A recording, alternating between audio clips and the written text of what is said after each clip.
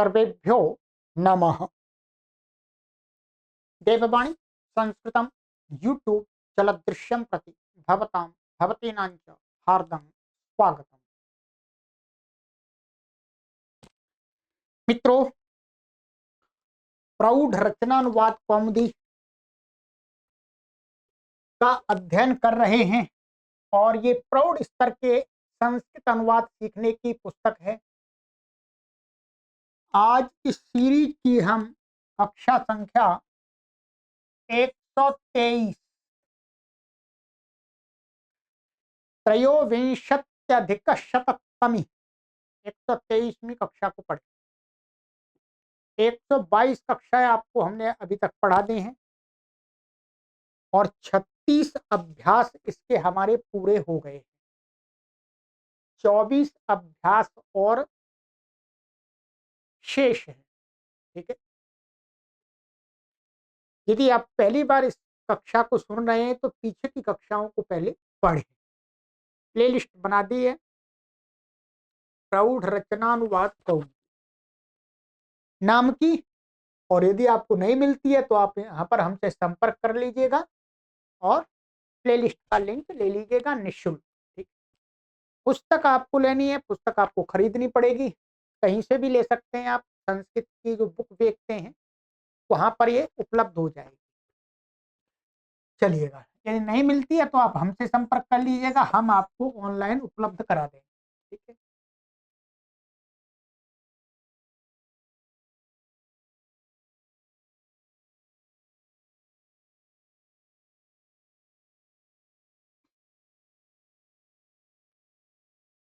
ये है हमारा 37वां अभ्यास। पुस्तक ओपन कर लीजिएगा, आपके पास में है तो। अभ्यास 37, शब्दकोश 900 शब्द आपको इन्होंने पढ़ा दिए।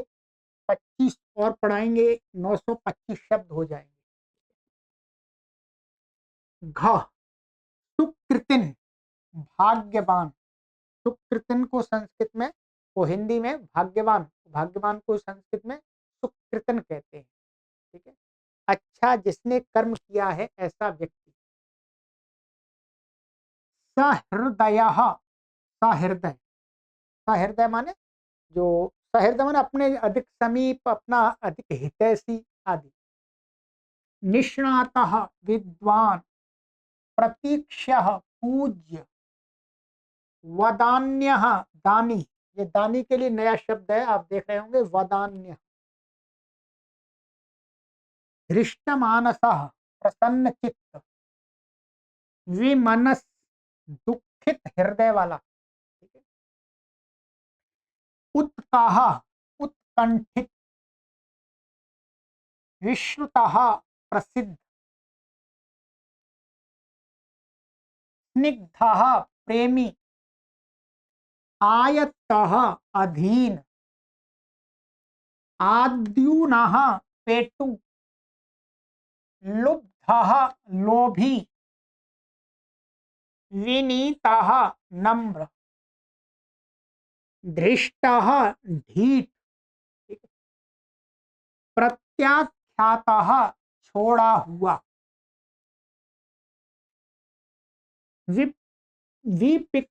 विप्रकृतः, तिरस्कृत, माने इसका अपमान कर दिया गया ऐसा। विप्रलब्धः, वंचित। विप्रलब्ध माने वंचित। आपन्नः, आपत्तिग्रस्त। दुर्गतः, दीन व्यक्ति। कांतम, सुंदर। अभीष्टम, मनोहर। निकृष्टः, नीच। पूतम, पवित्र। और संख्यातम माने गिना हुआ। इस शब्दकोश है 25 शब्द है। इसमें अनेक नए नए शब्दों का आपको ज्ञान हो रहा होगा। ठीक है, प्रौढ़ संस्कृत में ये शब्द प्रयोग होते हैं, तो इसलिए भी महत्वपूर्ण है। अब इसमें भिन्न भिन्न प्रकार के शब्द हैं, मैं बता देता हूं आपको। इसमें जो अधिकतर शब्द हैं वो किस प्रकार के हैं? संज्ञावाची नहीं, विशेषण है एक प्रकार। क्या है? विशेषण। कहते हैं सुकृतिन है, ये सुकृतिन, ये यहां पर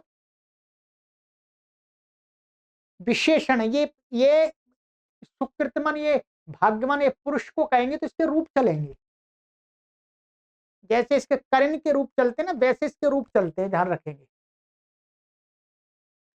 तो ये सुकृतिन, सुकृति, सुकृतिनव, सुकृतिना पुल्लिंग में। स्त्री का विशेषण बनेगा तो ये क्या बनाएंगे? कोई भाग्यवती स्त्री को कहेंगे तो इसको कैसा बना लेंगे? सुकृतिनी, ऐसा बना लेंगे, सुकृतिनी। और फिर इसका नदी के समान रूप चलेगा। और पुल्लिंग में तो इसकी आवश्यकता नहीं है, ठीक है। तो नपुंसकलिंग, पुल्लिंग में तो आवश्यकता, तो नपुंसकलिंग में इसका प्रयोग नहीं है। क्षमा करें, पुल्लिंग बोल दिया मैंने, नपुंसकलिंग। तो इस प्रकार से ऐसे ही सहृदय, पुल्लिंग में ऐसा है, और स्त्रीलिंग में सहृदया, रमा के समान चलेगा। निष्णातः, पुल्लिंग, स्त्रीलिंग में निष्णाता। प्रतीक्षा, पुल्लिंग में प्रतीक्षा, स्त्रीलिंग में, ठीक है। वदान्यः, पुल्लिंग में वदान्य, स्त्रीलिंग में बन जाएगा। सुनते जाइएगा, ये विशेष है। बाकी तो आप शब्दकोश तो अपने आप ही देख के पढ़ सकते हैं, पर ये बात आपको ये पुस्तक नहीं बताएगी जो मैं बता रहा हूं। हृष्टमानसः, प्रसन्न चित्त, ठीक है। और स्त्रीलिंग में इसका बनेगा हृष्टमानसी, क्या? हृष्टमानसी, ऐसा बनेगा। विमनस, ठीक है। तो दुखित, विमन, ठीक है, ऐसे विमना बनेगा इसका। इसका पुल्लिंग में स्त्रीलिंग में एक जैसे बनेगा। उत्काह, पुल्लिंग में उत्का, स्त्रीलिंग में बन जाएगा, रमा के समान। विश्वतः, पुल्लिंग, विश्वता, स्त्रीलिंग। स्निग्धः, पुल्लिंग, स्निग्धा, स्त्रीलिंग। आयत्तः, पुल्लिंग, आयत्ता, स्त्रीलिंग। आद्यूनः, पेटू, कोई पुरुष, और आद्यूना स्त्रीलिंग हो जाएगा। आद्यूना पेटू, स्त्री। पेटू माना अधिक खाने वाली। लुब्धा, लोभी, स्त्री होगी तो लुब्धा। विनीता, नम्र, पुल्लिंग, विनीता, स्त्रीलिंग में। धृष्टा, ढीठ, पुल्लिंग, स्त्रीलिंग में धृष्टा।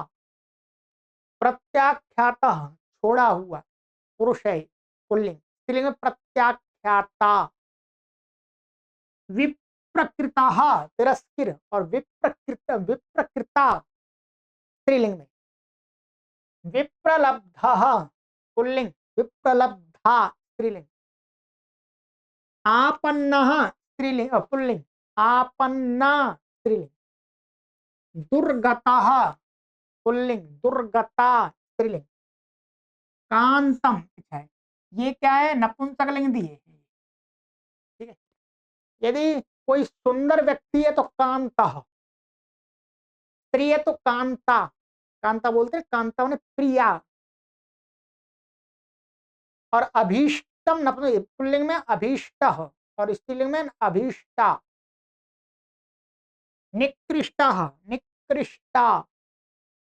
पूतम, ये नपुंसक दिया, पुल्लिंग में पूता, और स्त्रीलिंग में पूता। संख्यातम, गिना हुआ, पुरुष, संख्यातः, स्त्रीलिंग में संख्यात। सबके रूप जैसे चलेंगे वैसे चलेंगे। तो पुरुष में पुल्लिंग में राम के समान प्राय करके, स्त्रीलिंग में रमा के समान।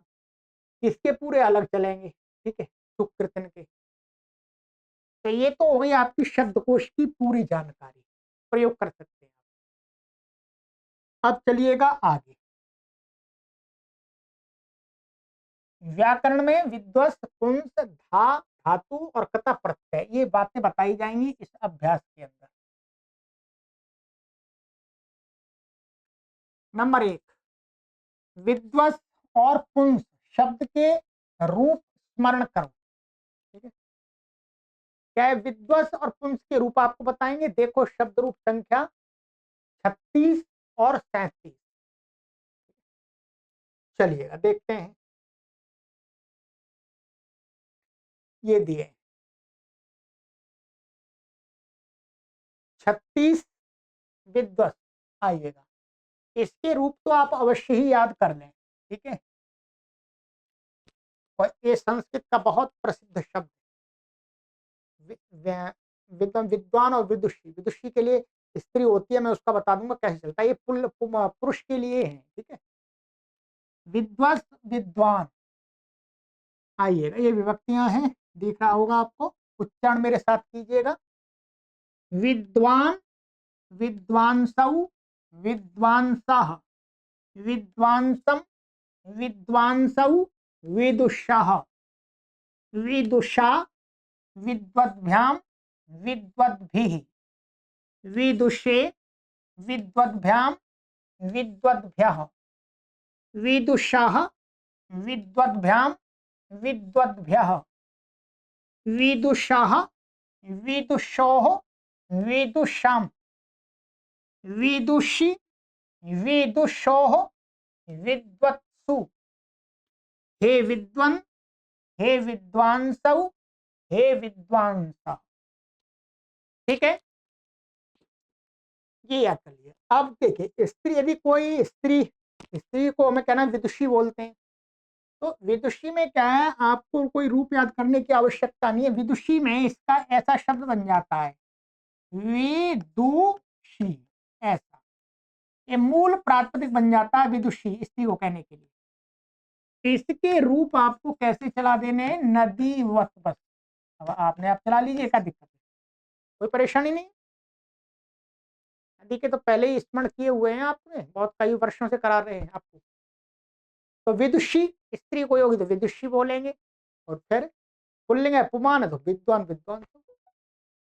ठीक है, ये एक अध्यापक का कार्य था, वो मैंने आपका करा दिया। अब है पुमान, ये नित्य पुल्लिंग शब्द है, ठीक है। इसका स्त्रीलिंग में रूप चलाने की कोई आवश्यकता ही नहीं, क्योंकि नित्य पुल्लिंग है, पुरुष में इसके रूप चलते हैं।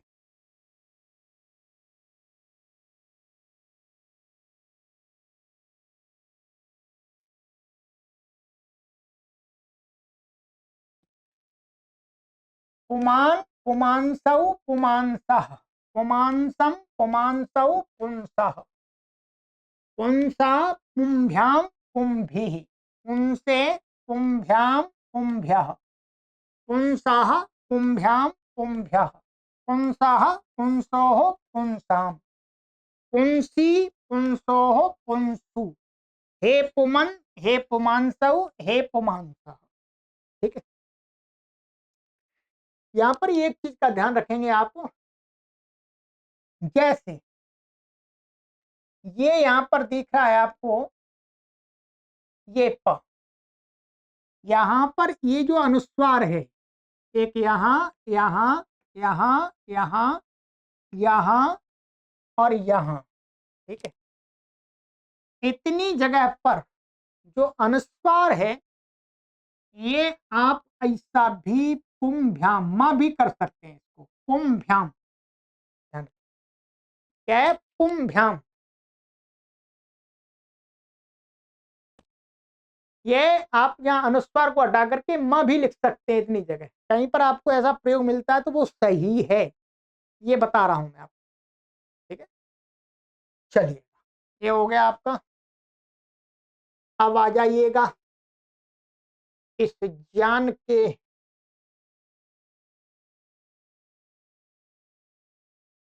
भंडार में। नंबर 2, धा धातु के पूरे रूप स्मरण करो। देखो धातु रूप संख्या 55, 55, पंच पंचाशत। चलिएगा, ले चलते हैं, एकदम सीधे आपको ले आते हैं वहीं पर। इसमें क्या करना है आपको, मैं अभ्यास करा देता हूँ। ये उभयपदी धातु है और उभयपदी के दोनों के ही यहाँ पर रूप दिए हैं, तो दोनों की एक बार देख लेंगे, रटने की आवश्यकता तो नहीं है। मैं स्वयं कह रहा हूँ, रट के आपको कोई लाभ नहीं मिलेगा, परंतु एक दो बार इनकी आवृत्ति कर लीजिएगा, तो ये जिसमें इनमें से जो भी काम की चीज है वो आपके दिमाग में ठहर जाएगी बस। उससे आपका कार्य पूरा संपन्न हो जाएगा। मुझे भी याद नहीं है, ध्यान रखेंगे, ये मुझे भी याद नहीं है एकदम, परंतु मैं इस धातु का प्रयोग कर सकता हूँ। मैं स्वयं कह रहा हूँ, ऐसा मत सोचिएगा मुझे ये सब रटा हुआ नहीं, रटा नहीं है, ठीक है। व्याकरण की सहायता से मैं इसको प्रयोग कर सकता हूँ, तो इसलिए आपको रटने की आवश्यकता नहीं है। धा धातु का अर्थ है धारण करना, ये परस्मैपदी है, आत्मनेपदी। धारण करना, इसमें आत्मनेपद तब होता है जब कोई चीज अपने लिए धारण की जाती है,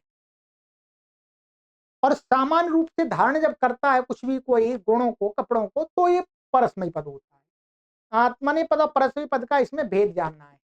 आत्मनेपद का प्रयोग कब होता है इसके रूपों का, जब कोई व्यक्ति स्वयं के लिए धारण करता है, और जो सामान्य रूप से धारण करता है अपने लिए, दूसरों के लिए, तो उसमें परस्मैपद के रूपों का प्रयोग किया जाता है।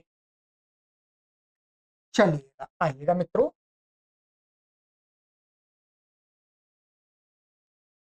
लट लकार। दधाति धत्तः दधति, दधासि धत्थः धत्थ, दधामि दध्वः दध्मः, ठीक है। लोट। दधातु धत्तां दधतु, धेहि धत्तं धत्त, दधानि दधाव दधाम, ठीक है। लंग। अदधात अधत्ताम अदधुः, अदधाः अधत्तम अधत्त, अदधाम अदध्व अदध्म। विधिलिंग।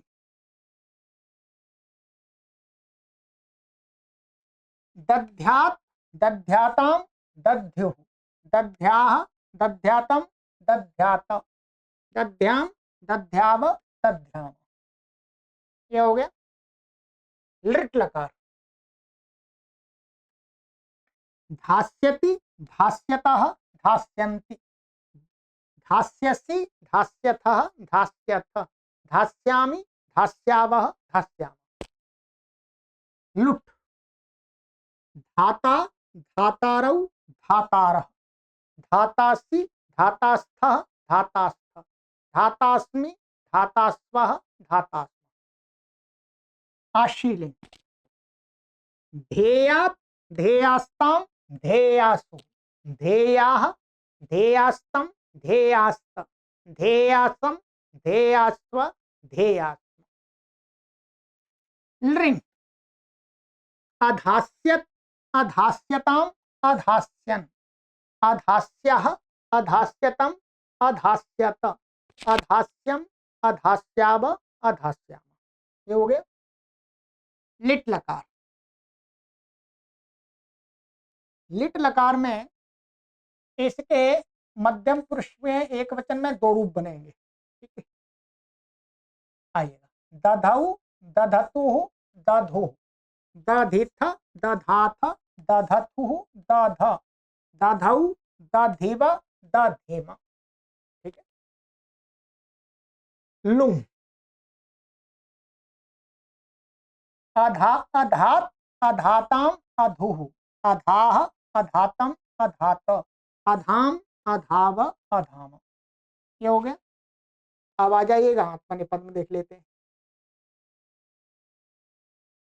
लट। इसके और थोड़े कठिन हैं ठीक है, इसमें थोड़े और ज्यादा सूत्र लग करके थोड़ा सा ये अलग हो जाता है।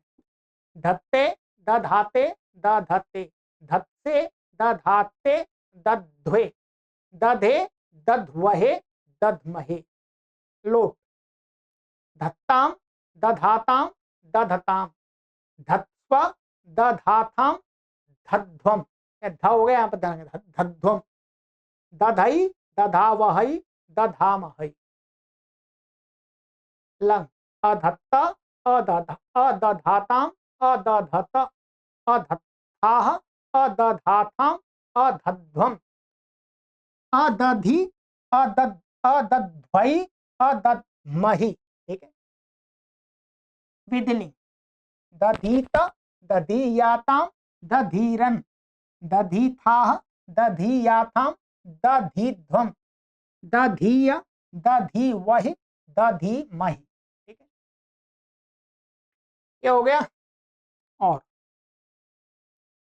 लिट, धास्यते, धास्येते, धास्यन्ति, धास्यसे, धास्येथे, धास्यध्वे, धास्ये, धास्यावहे, धास्यामहे। लुट, धाता, धातारौ, धातारः, धाता से, धातास्ताथे, धाताध्वे, धाताहे, धाता, धातास्वहे, धातास्महे। आशीलिंग, धासीष्ट, धासीयास्तां, धासीरन, धासीष्ठाः, धासीयास्थां, धासीध्वम, धासीय, धासीवहि, धासीमहि। लिंग, अधास्यत, अधास्येताम, अधास्यन्त, अधास्यत्थाः, अधास्येथाम, अधास्यध्वम, अधास्ये, अधास्यावहि, अधास्यामहि। ठीक है, चलिएगा, ये हो गया लिट। लिट है दधे, दधाते, दधिरे, दधिषे, दधाथे, दधिध्वे, दधे, दधिवहे, दधिमहे। अंतिम लुंग, अधित, अधिष्ठाताम, अधिष्ठत, अधिथाः, अधिष्ठाताम, अधिध्वम, अधिषि, अधिष्वहि, अधिष्महि। ठीक है, चलिए, ये हो गया मित्रों। अब ये रूप आप अभ्यास कर लीजिएगा, 2-4 बार इनका उच्चारण कर लेंगे, बस इतना ही काफी है, पर्याप्त हो जाएगा। अब आइएगा, अब इसमें एक महत्वपूर्ण प्रत्यय की बात होगी जिसका बहुत प्रयोग होता है, माने अत्यधिक प्रयोग होता है, जिसका ऐसा कह सकते हैं कता प्रत्यय। कता प्रत्यय और कतवतु प्रत्यय, इनको संस्कृत व्याकरण में निष्ठा कहते हैं। निष्ठा कहने से व्याकरण में क्या ज्ञात होता है, क्या बोध होता है? कता और कतवतु। चलिएगा, ध्यान दें। नियम 203, कता कतवतु निष्ठा, ये सूत्र है। निष्ठा, ये भी सूत्र है। ये सूत्र करता है कता और कतवतु प्रत्यय का नाम निष्ठा रखता है, और ये वाला जो सूत्र है ये कहता है कि निष्ठा माने ये दोनों प्रत्यय किसका कहाँ होते हैं? भूतकाल के अर्थ को बताने के लिए धातु। ठीक है, भूतकाल अर्थ में धातु से कता और कतवतु तीर्थ प्रत्यय होते हैं। इनका नाम एक तो निष्ठा है, साथ में इनकी एक संज्ञा और है कृत संज्ञा। कैसे प्रत्यय? कृत। दोनों का क्रमशः का और तवत शेष रहता है। ठीक है, इसमें सिक्का हट जाता है, इसमें सिक्का और ऊ हट जाता है। ऊ, ये वास्तव में ये तो यहाँ पर ऐसा लिखा है, ये प्रत्यय ये ऐसा है, कतवतु ह्रस्व ऊ है। ठीक है, ये हट जाता है, ये हट जाता है, तवतु बचता है। तवत, तवत न तवत। का प्रत्यय कर्मवाच्य और भाववाच्य में होता है, ध्यान रखिए। जब कता प्रत्यय का प्रयोग करते हैं तो इससे जो वाक्य बनते हैं वो कर्मवाच्य भाववाच्य में। ठीक है, तवत प्रत्यय कर्तृवाच्य में होता है, और ये कतवतु प्रत्यय ये हमेशा कर्तृवाच्य में होता है। कता प्रत्यय करने पर सेठ ई वाली धातुओं में ई लगेगा। सेठ धातुओं से कता प्रत्यय लाएंगे तो उसका के आगे ई जोड़ देंगे, और अनिट ई नहीं वाली धातुओं में ई नहीं लगेगा। अब वो इसमें ई नहीं लगेगा। और विशेष क्या होता है बता रहे हैं, धातु को गुण या वृद्धि नहीं होती। धातु को जैसे पीछे गुण आ रहा था, वृद्धि हो रही थी, ऐसा कुछ भी नहीं हो, धातु का गुण वृद्धि नहीं होती है बस। ठीक है, परंतु संप्रसारण होता है। संप्रसारण में किसी धातु विशेष को संप्रसारण प्राप्त है तो वो हो जाता है। संप्रसारण क्या है ये पहले बता दिया आपको। एक यण संप्रसारण, य को ई, व को उ, र को री, ल को ली, करना ही क्या है? संप्रसारण। कि धातुओं के अंदर ये वर्ण हैं या व र ल, तो उनको कत प्रत्यय के परिवर्तित संप्रसारण माने या को ई, व को ऊ, र को री, और लरी को ला को लरी, ऐसा हो जाता है। ठीक है, तो ये संप्रसारण होता है। अभी दिखा देंगे एक आध धातुओं में आपको। नियम 204, कता प्रत्यय जब सकर्मक धातु से कर्मवाच्य में होगा तो कर्म में प्रथमा और कर्ता में तृतीया, और क्रिया के लिंग, वचन और विभक्ति कर्म के अनुसार होंगे, कर्ता के अनुसार नहीं। यदि कता प्रत्यय को हम सकर्मक धातु से करेंगे, दोनों प्रकार की धातुओं से होगा, वो तो सकर्मक धातु से होगा तो कर्मवाच्य में बनेगा। तो कर्मवाच्य में बता रहे हैं कि कर्मवाच्य में जब वाक्य बनाएंगे तो क्या होगा, कर्ता, उस कर्मवाच्य के कर्ता में तो तृतीया होगी, कर्ता में प्रथमा नहीं होगी। और जो कर्म है, कर्म में प्रथमा व्यक्ति के रूपों का प्रयोग करते हैं। कर्म जो कर्म में द्वितीय होती, द्वितीय नहीं करते, प्रथमा। और जो कत प्रत्यांत जो शब्द है, उसका रूप, उसका लिंग, वचन और विभक्ति, लिंग, वचन और विभक्ति किसके अनुसार होगी, इस कर्म के अनुसार। कर्म में प्रथमा है, प्रथमा होगी। कर्म में एक वचन है तो एक वचन होगा। कर्म में पुल्लिंग है तो पुल्लिंग होगा, नपुंसकलिंग है नपुंसकलिंग, स्त्रीलिंग है स्त्रीलिंग, वो कर्म के अनुसार डिसाइड करना, कर्ता के अनुसार नहीं कुछ करना। एक तो ये ध्यान रखना है कतवतु प्रत्यय के साथ।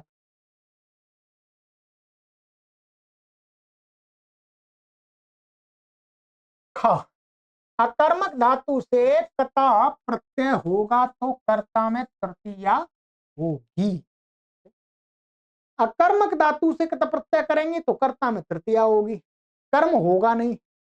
और क्रिया में नपुंसकलिंग एक वचन ही रहता है हमेशा। कर्ता में तृतीय विभक्ति होगी, वचन तो कर्ता के अनुसार होगा, और कर्म होगा नहीं। और क्रिया जो कत प्रत्यांत शब्द है वो कैसा होगा, नपुंसकलिंग एक वचन ही रहेगा। ठीक है, कत प्रत्यांत क्रिया शब्द कर्म के अनुसार पुल्लिंग होगा तो उसके रूप राम के समान चलेंगे।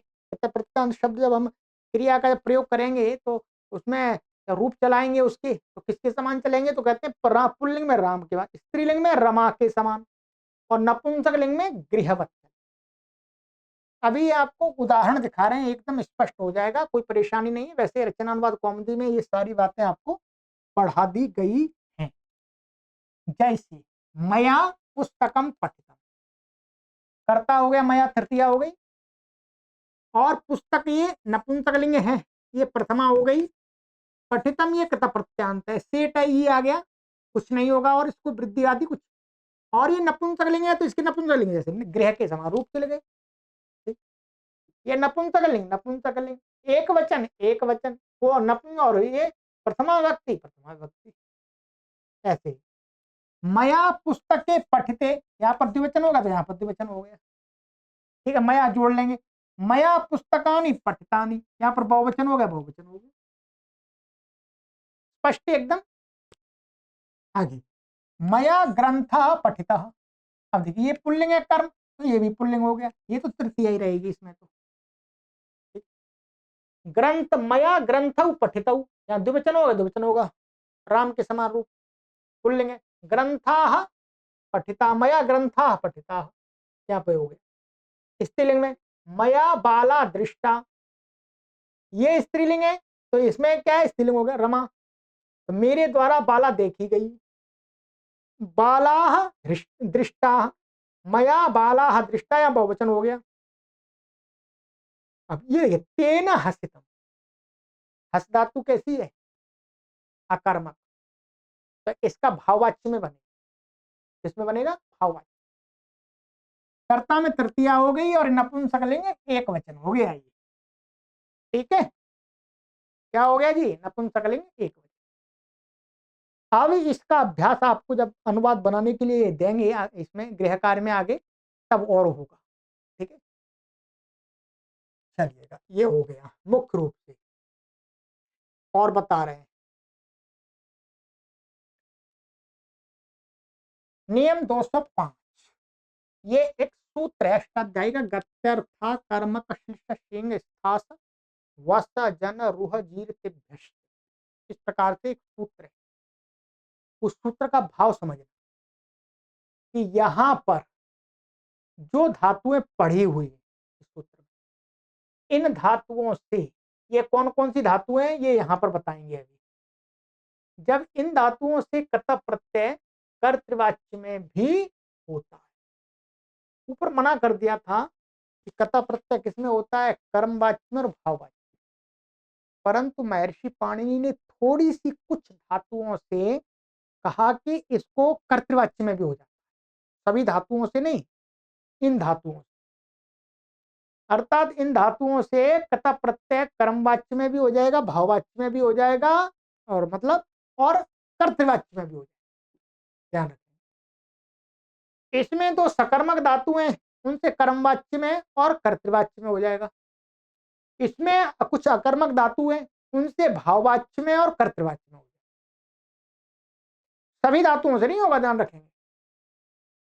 देखिएगा कैसे, जानार्थ वाली धातु है और चलनार्थ वाली धातु, ठीक है, जिसमें चलना जाना आदि प्रतीत हो रहा हो, और अकर्मक धातुओं, अकर्मक जिनका कर्म नहीं होता, तथा श्लिष शी था आस वस और जन रोह जिरी, इन धातुओं से जब कत प्रत्यय करेंगे तो वो कर्तृवाच्य में भी हो जाएगा। उदाहरण देखिएगा, और जब कर्तृवाच्य में होगा तो ध्यान रखेंगे, तो कर्ता में प्रथमा होगी, तृतीया नहीं होगी। ध्यान से, क्या है, तृतीया नहीं होगी, क्या होगी, प्रथमा। तो ये बता रहे हैं।